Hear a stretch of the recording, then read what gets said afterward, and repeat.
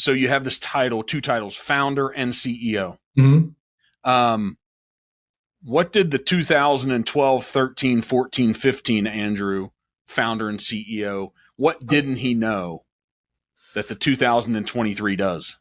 Well, he didn't know that he was a founder and a CEO. He knew that he had the title, but you earn it, and you earn it through a team, and you earn it through your NPS scores, and you earn it through your client reviews and responses of truly being a CEO, right? And you can call yourself a CEO of a two-person company, and which is what I was doing in 2013, and you can put it on a business card and advertise for it. But the actual founder aspect of it comes from the experience where people actually respect that. And I think it takes many, many years to build that trust and that relationship, with yourself too, that you have the belief that you actually truly are an entrepreneur. And so when you're young, you have ambitions, and I don't fault that younger self of me to try to figure out how to be an entrepreneur and a founder. But after a while, you do that actual transition where you truly become a founder and CEO. And then you realize it. And then you look back and say, yeah, you're an idiot back then, but you're an idiot with ambition. Is it okay to admit that you were an idiot back then because you're winning now?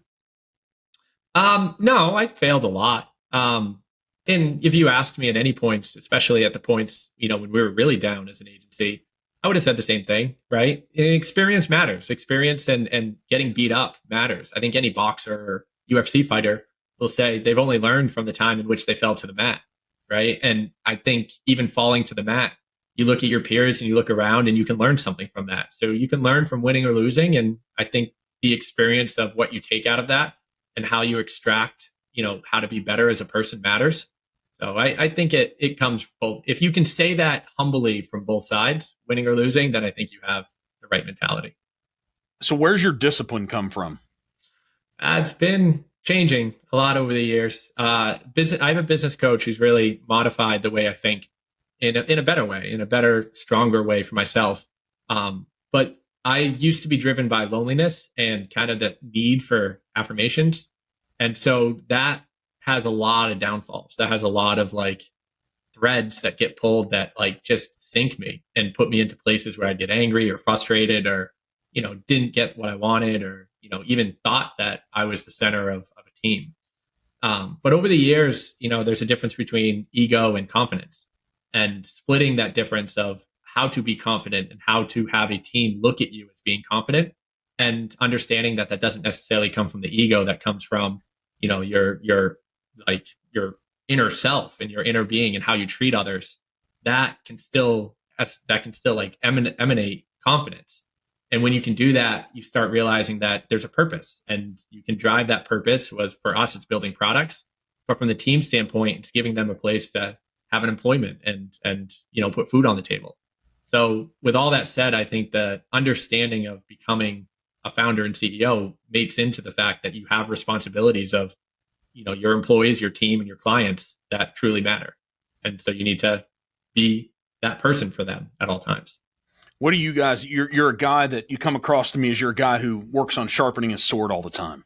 Yeah, a lot. Right. So what do you do? Because it seems like you guys are wherever, if I would call you successful, in your brain what that is. And you can say, well, Mark, but this, or, hey, we're still trying to achieve this. But what are you doing daily for you, founder, CEO, professional? What are you doing to sharpen that sword every day? What's your approach? Yeah, it's not every day, right? I wish there was habits that I could improve on that you hear in Twitter and Facebook and all those great resources of people that seem to have the discipline down. But there is reminders, right? To be home for my family, to be around for them, to be aware and conscious. Reading always helps. I listen to a lot of books, but I go for daily walks. But all of those little bits encourage you to do what you do best. And so now I'm actually reading the Dan Morel book about buying back your time.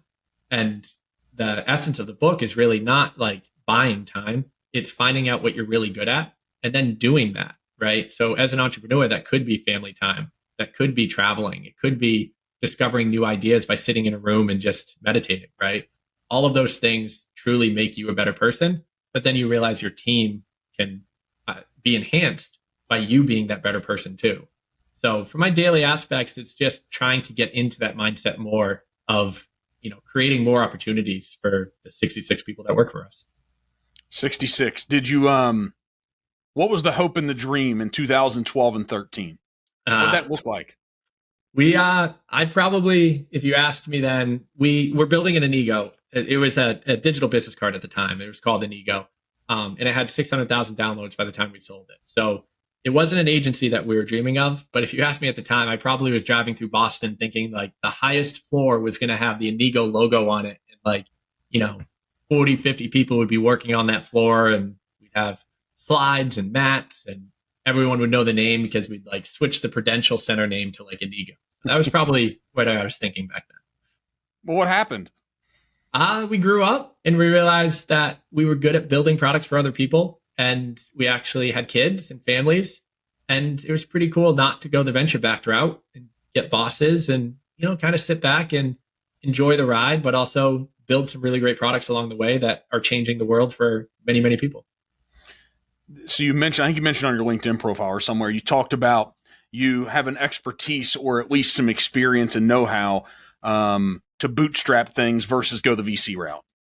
Yeah, that is our emphasis. And I haven't gone the VC route, so I have nothing negative to say about that side. I just know the positive things of bootstrapping allow us the freedom and the energy to make our own path, to make our own decisions, and to allow us to focus on profits. And with this day and age, the three catastrophic things we've gone through in the last 4 years, focusing on profits really does matter. It keeps us alive. It keeps us, cash flow positive. And it has really given us a group of people to rely on as well that we can call and get help from. So by being that bootstrapper and being vocal about that bootstrapper, finding others in that industry, in that space, it allows us to communicate better. And so I think it's truly helped us through our difficult times. What does the bootstrapping mean to you? Because I think it means something to other people. So as you express it and say, hey, we're good at bootstrapping versus the VC, what's that mean to you guys? Yeah, so we're focused on profits first. We truly are eating our own bread, right? Like we create our products and we're cash flow positive.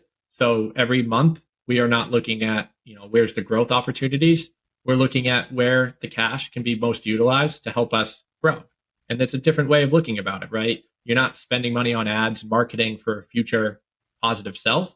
You're spending money on enhancing the business, growing the foundation, putting in the correct processes so that you can have slow and steady growth that is sustainable.